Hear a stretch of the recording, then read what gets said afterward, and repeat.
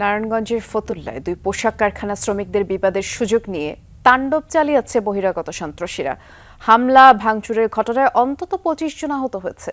Police বলছে এরই মধ্যে পরিস্থিতি নিয়ন্ত্রণে নেওয়া হয়েছে। ব্যবসায়ী নেতাদের দাবি, ঝুট ব্যবসা নিয়েই সংঘাতের ঘটনা ঘটে।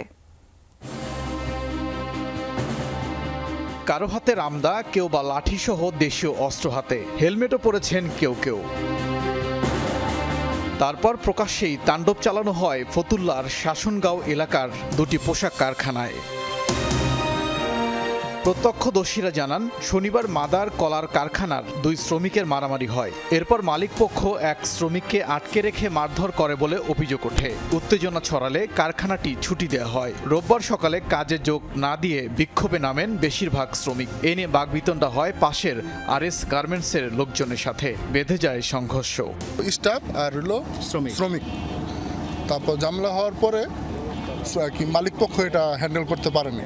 এটা আস্তে আস্তে ভায়োলেন্স হয়ে বাইরে চলে আসছে। প্রোডাক্টটা 4 দিন ধরে অনুপস্থিত হয়ে সে ফ্যাক্টরিতে আসছে এবং কাজ করে না। সেখানে বসে আছে। সুপারভাইজার সে বলতেছে, তুমি যে কাজ করতেছো না, এই যে কাজ করো, তাড়াতাড়ি কাজ করতে হবে, তুমি 4 দিন অনুপস্থিত আসছো না বলে না কয়ে এই কথা কাটাকাটিতে সুপারভাইজার ও মারছে।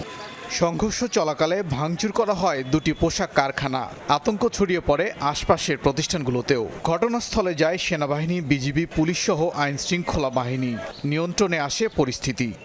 যারা এখানে জড়িত ছিল, আনরেস্ট তৈরি করেছে, যারা ভায়োলেন্ট হয়েছে, তাদেরকে আমরা পরবর্তী তদন্তের মাধ্যমে আইনগত ব্যবস্থা নিব। তবে আমরা ফোকাস দিব যে আইন শৃঙ্খলা পরিস্থিতি সর্বোচ্চ যেন নিয়ন্ত্রণে থাকে। ব্যবসায়ী নেতারা বলছেন, প্রতিষ্ঠানে হামলাকারীরা বহিরাগত।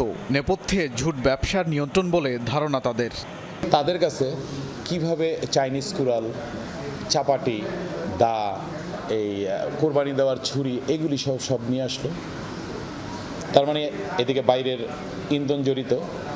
ঘটনার পর বেশ কিছু কারখানা ছুটি ঘোষণা করে মালিকপক্ষ। জোরদার আছে নিরাপত্তা।